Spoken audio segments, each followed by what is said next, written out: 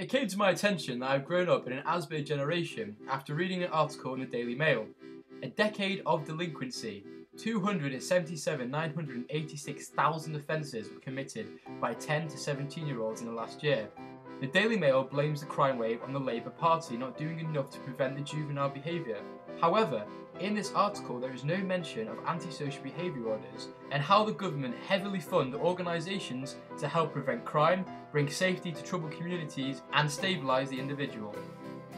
I became very interested into finding out whether or not antisocial behaviour orders are working.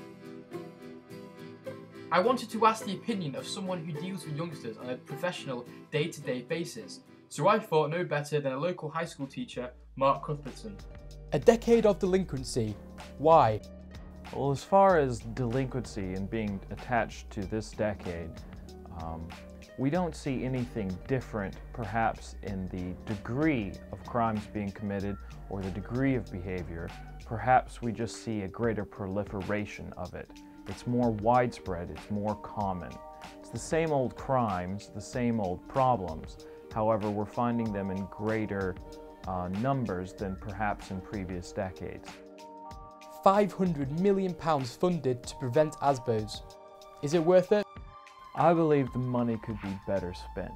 I don't believe that you're going to get anywhere trying to teach people how to behave better.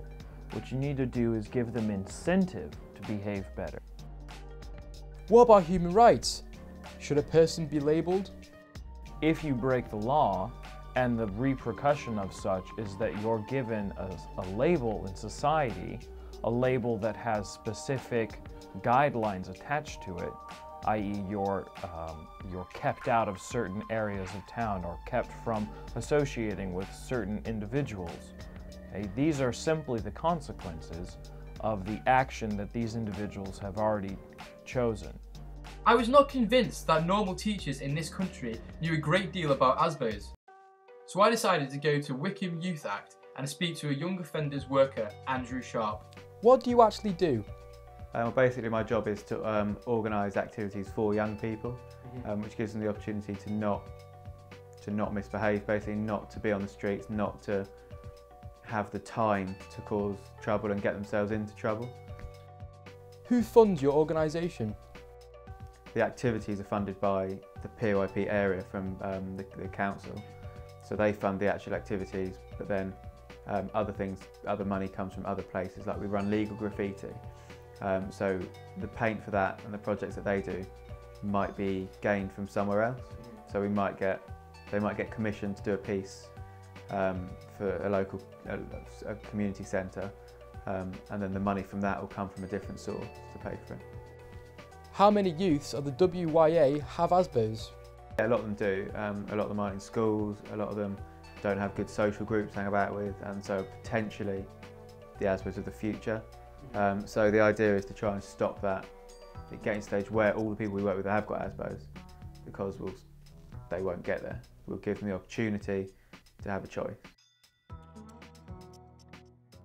After this interview, it made me think about the first ever Asbo, Billy Morell.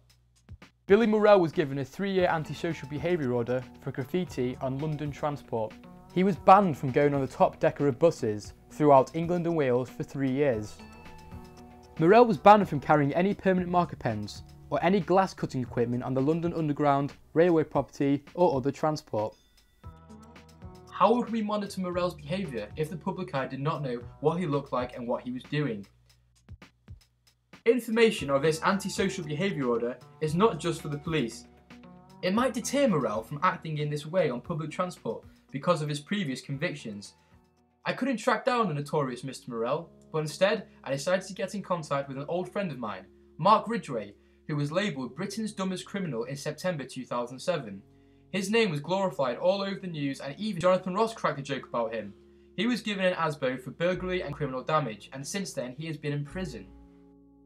I really first started getting in trouble with the police a few years ago. We started drinking on the streets, little bits of mischief, going around breaking windows, maybe cars and stuff, and ended up getting really drunk one night and causing quite a lot of criminal damage at a scout hut, which I received the Asbo for, and was forced to move out of the area down to Macclesfield.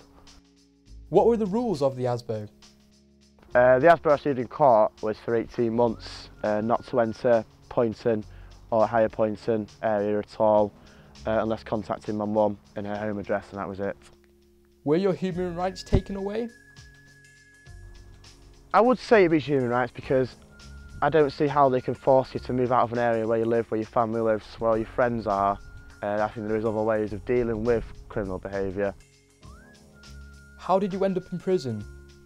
Well, it started off, I received the Asbo for the TOC-H, the camp, the British Dummies burglar really. I received the Asbo for that, which I'm forced to move down Macclesfield into a hostel.